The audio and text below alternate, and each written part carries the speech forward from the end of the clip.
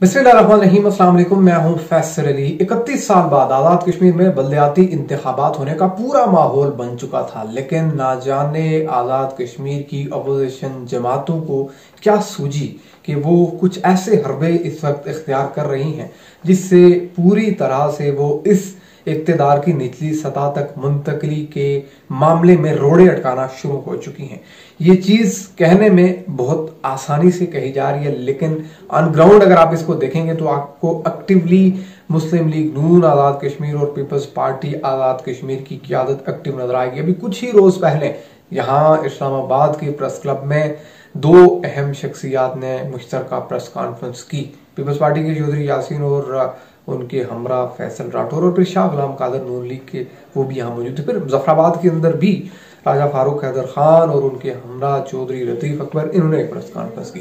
तो ये तमाम तर प्रेस कॉन्फ्रेंसेस के अंदर एक चीज का बहुत बड़ा फायदा उठाने की कोशिश कर रहे हैं कि इस वक्त तो पाकिस्तान के अंदर लॉ एंड ऑर्डर की सिचुएशन है, फेडरल गवर्नमेंट का पूरा फोकस इमरान खान के लॉन्ग मार्च की जानिब है, तो सिक्योरिटी तो प्रोवाइड नहीं हो सकती। हमें तो फुल प्रूफ सिक्योरिटी चाहिए। फुल प्रूफ सिक्योरिटी के बगैर इंतखाबात नहीं हो सकते। यहाँ तक के पीपल्स पार्टी के चौधरी यासीन जो उन्होंने तो फौज की निगरानी में इलेक्शन कराने का बाकायदा तौर पर तकाजा किया। अब मामला क्या है, मामला बड़ा अहम है, वो आपके सामने हम रखेंगे। मामला इस वक्त यह है कि हुकूमत जो भी आज़ाद कश्मीर के अंदर जिस तरह की भी है, जिस भी जमात की है, लेकिन ये अहम है कि जो इख्तियारात हैं उसके निचली सतह तक मुंतकली का मामला बड़ा अहम है। और ये जाहिर है कि मामला पूरे 31 बरस बाद हो रहा है। इससे पहले अगर हम बात करें तो 1989, 1983, 1979, 1983, 1987 और फिर 1991, इन 80 की दहाई में तकरीबन ये कोई 4 इंतखाबात जो हैं वो हुए जो बल्दियाती इंतखाबात थे। और 1996 में भी बल्दियाती इंतखाबात मुनक्किद होने से एक रोज पहले जो है वो कैंसिल कर दिए गए थे। तब भी मुमकिन तौर पर वजह यही थी। वजह यह है कि वो स्कीम खोर एमएलएज, वो स्कीम खोर, वो काले पाइपों की स्कीमें और 3 किलोमीटर सड़क शो करके 1.5 किलोमीटर पक्की करने वाले और बाकी जेब में डालने वाले एमएलए जो हैं उनका खाना पीना बंद हो जाता है इस तमाम तर सिलसिले से। ये कोई भी हुकूमत करवाती तो ये डेफिनेटली उसका एक बहुत बड़ा क्रेडिट था। इस वक्त आज़ाद कश्मीर के अंदर तहरीक इंसाफ की हुकूमत अगर ये करवा रही है तो उस हवाले से वज़ीर आज़म आज़ाद कश्मीर ये कह रहे हैं कि देखिए उनके ये इंतखाबी मंशूर में था और उन्होंने ये यकीनी तौर पर करवाना था।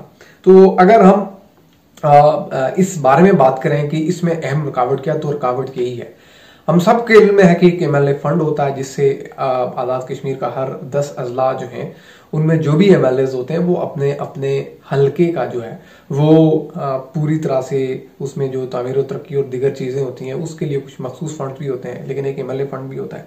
अब मामला ये है कि अगर ये बल्दियाती इंतखाबात हो जाते हैं और जितनी तादाद में उम्मीदवार सामने आए हैं, 10,526 तादाद बताई जा रही है और 42 तो बिला मुकाबला ही मुंतखब हो चुके हैं, हम ये चीज देख रहे हैं कि बहुत सारे ओवरसीज जो कि बाहर के ममालिक में अपनी जो सर्विसेज कर चुके हैं वो आकर इस इंतखाबी अमल में हिस्सा लेने के लिए अपनी कागजात नामजदगी भी जमा करवा चुके हैं।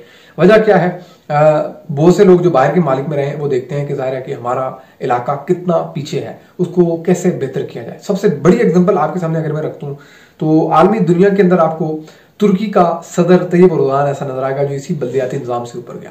फिर आपको पाकिस्तान के अंदर जमात इस्लामी जैसी जमात नजर आएगी जिसमें लोग बल्दियात से ऊपर जाते हैं और बहुत सी जमातें हैं जिनकी मिसाल दी जा सकती है। लेकिन यहाँ मामला ये है कि आज़ाद कश्मीर की हुकूमत इस वक्त अगर ये बल्दियाती इंतखाबात मुनक्किद कराना चाह रही है, वो लोग जिनके अंदर पोटेंशियल मौजूद है, गो के उनके इख्तियारात जिस तरह से भी हैं, लेकिन बहरहाल इख्तियारात अवामी सतह पर निचली सतह पर जाने की बात हो रही है और फिर उसको यूटिलाइज भी किया जाना। तो इसमें दिक्कत क्या है? दिक्कत यकीनी तौर पर स्कीम खोर एमएलएज के लिए है जो नाकिस जो कारकर्दगी है उसमें बड़े ही अहम है। आप आज़ाद कश्मीर की जो रिमोट एरियाज है उनकी जाकर सड़कों की हालात देख लें, आप वाटर सप्लाईज की सूरत हाल देख लें। जो रिमोट एरियाज में छोटे कस्बे और शहर हैं वहां पर आप म्यूनसिपल की सिचुएशन देख लें, ड्रेनेज का सिस्टम देख लें, शहरों के हालात देख लें। तो आपको वाज़ेह तौर पर नजर आएगा। अब ये वो काम है जो बल्दियात के करने के होते हैं, लेकिन क्योंकि बल्दियात का सिस्टम मौजूद नहीं है तो इसलिए वो तमाम तर चीज़ें उसी हल्के से, उसी इलाके के जो MLA साहब होते हैं उनके साथ लिंक की जाती हैं। MLA साहब को करने के तो और बहुत सारे काम होते हैं, इसलिए उन्हें ये नहीं जो है वो उन्हें इस तरफ ध्यान ही नहीं जाता। अब सबसे अहम बात यह है कि ये बल्दियाती इंतखाबात अगर इस वक्त जो जाहिर है कि हमें फेडरल के अंदर एक अलग हुकूमत है, AJK के अंदर अलग हुकूमत है, और फेडरल के वजीर दाखिला ये तो कह चुके हैं कि देखिए जिस तरह की सिचुएशन और जितनी सिक्योरिटी AJK गवर्नमेंट मांग रही है उतनी हम नहीं दे सकते।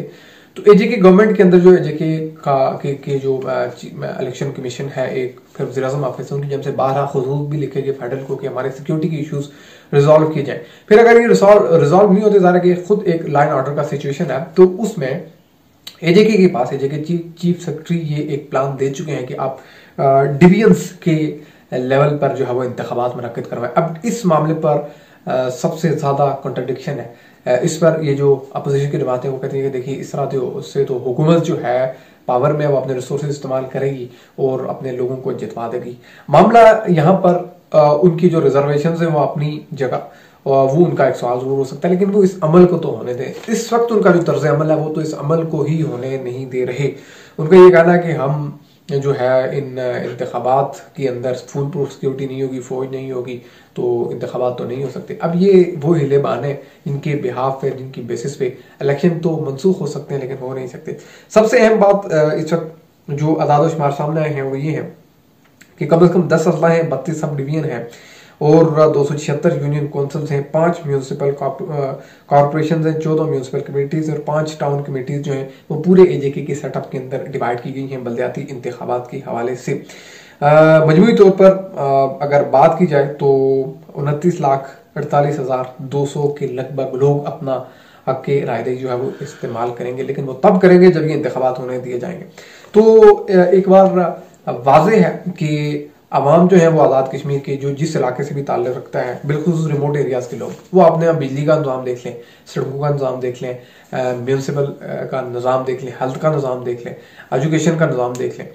ये वो तमाम तर चीज़ें हैं जिन पर चेक एंड बैलेंस, जाहिर है कि जो लोकल पावरफुल एंटिटी होती है, ऑटोनॉमी होती है, उसका काम होता है, यानी कि म्यूनसिपल का काम होता है। लेकिन म्यूनसिपल को यहाँ बनने ही नहीं दिया जा रहा, म्यूनसिपल का सिलसिला होने ही नहीं दिया जा रहा, तो ये सब कैसे होगा। इस हवाले से कुछ अहम डिटेल्स आने वाली वीडियोस में आपके सामने जरूर रखेंगे। इसी चैनल से हमने आज़ाद कश्मीर इलेक्शन के हवाले से ब्रीफ आपके सामने चीज़ें रखी, और अब बल्दियाती इंतखाबात क्योंकि उनकी आमद है और एक बहुत बड़ी तादाद में उम्मीदवार मैदान में उतर चुके हैं, तो इस साल से भी वक्तन फक्तन आपके सामने जरूर रखेंगे। लेकिन इस मामले में आपका क्या फीडबैक है, आप क्या समझते हैं कि आपकी मसाइल बराए इसके कि आप कई हफ्ते इंतजार के बाद लाइनों में लगकर अपने हल्के के MLA से जाकर हल करवाएं? क्या ये बेहतर नहीं कि आपके ही जिले में मौजूद, आपके ही कस्बे में मौजूद आपका एक